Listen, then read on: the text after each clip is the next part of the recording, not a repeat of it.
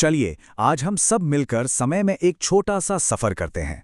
चलते हैं साल 1871 में और पवित्र शहर हरिद्वार को देखते हैं।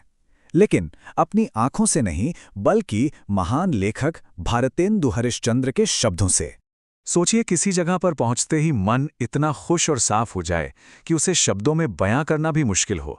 बस यही वो एहसास था जो भारतेंदु को हरिद्वार पहुंचते ही हुआ। एक गहरी, एक असीम शांति। तो इस यात्रा में हमारे गाइड कौन है? आइए जरा उनसे मिलते हैं। ये हैं भारतेंदु हरीशचंद्र, जिन्हें हम आधुनिक हिंदी साहित्य का पितामह भी कहते हैं। इनका मानना था कि असली ज्ञान सिर्फ किताबों के पन्नों में नहीं है, बल्कि दुनिया को अपनी आंखों से देखने में है। और बस यही सोच उन्हें खींचकर हरिद्वार ले आई। तो जब भारतेंदु जी हरिद्वार पहुंचे तो सबसे पहले कौन सी चीज थी जिसने उनका ध्यान अपनी ओर खींचा? वो था वहां की प्रकृति का अद्भुत, मन मोह लेने वाला सौंदर्य। हरिश्चंद्र जी बताते हैं कि हरिद्वार 3 तरफ से खूबसूरत हरे भरे पहाड़ों से घिरा है। उस नज़ारे को देखकर ऐसा लगता है मानो हम किसी शांत और पवित्र जगह में आ गए हों, जहां दुनिया का शोर पहुंच ही नहीं सकता। और वहां के पेड़ों को भी उन्होंने एक बिल्कुल अलग नजर से देखा। उन्हें वो पेड़ पेड़ नहीं लगे, बल्कि ऐसा लगा जैसे बड़े बड़े ऋषि मुनि तपस्या में लीन खड़े हैं। ये कल्पना ही उस जगह की आध्यात्मिक शांति को बयां कर देती है। इस खूबसूरत प्रकृति के ठीक बीचों बीच बह रही थी हरिद्वार की आत्मा, वो जिसने लेखक को सबसे ज्यादा अपनी ओर खींचा, मां गंगा। उन्होंने एक और दिलचस्प बात बताई। हरिद्वार में गंगा नदी एक नहीं बल्कि 2 अलग-अलग धाराओं में बट जाती है।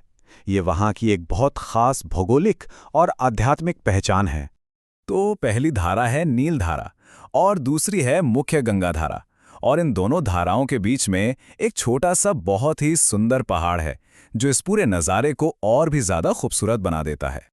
और फिर वो पहुंचे हर की पौड़ी, वो पवित्र घाट जहां आस्था का सैलाब उमड़ता है।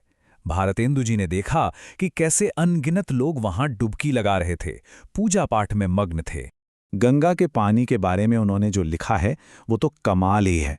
वो लिखते हैं कि पानी इतना ठंडा और इतना मीठा था जैसे किसी ने शक्कर को जमाकर बर्फ बना दिया हो। हम उस स्वाद और ठंडक को महसूस कर सकते हैं, है ना? लेकिन हरिद्वार का ये सफर सिर्फ प्रकृति और पूजा पाठ तक ही सीमित नहीं था। यहाँ लेखक को एक ऐसा अनुभव हुआ जिसने उनकी सोच को बहुत गहराई से बदल दिया। कल्पना कीजिए, एक दिन वो गंगा किनारे बैठे हैं और वहीं एक बहुत ही साधारण सी घटना घटती है, लेकिन उसका जो सबक था वो असाधारण था। यहीं उन्हें जिंदगी का असली मतलब समझ आया कि सच्ची खुशी और सुकून बड़ी बड़ी चीजों में नहीं है, बल्कि छोटे छोटे साधारण पलों में छिपी है। पत्थर पर बैठकर खाया गया वो सादा सा खाना उन्हें सोने की थाली में परोसे गए पकवानों से भी कहीं ज्यादा कीमती लगा। और ये बात कितनी गहरी है।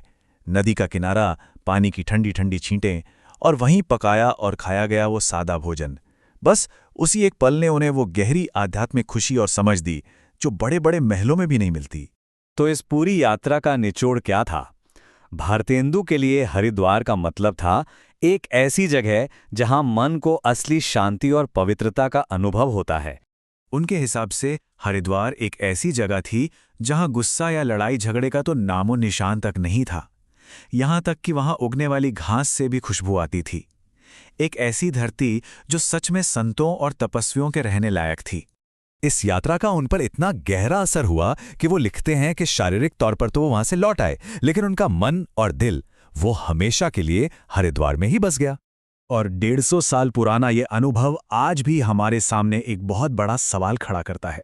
आज की इस भागदौड़ भरी दुनिया में वो वाला सादा सुख और वो वाली सच्ची शांति आखिर कहाँ मिल सकती है?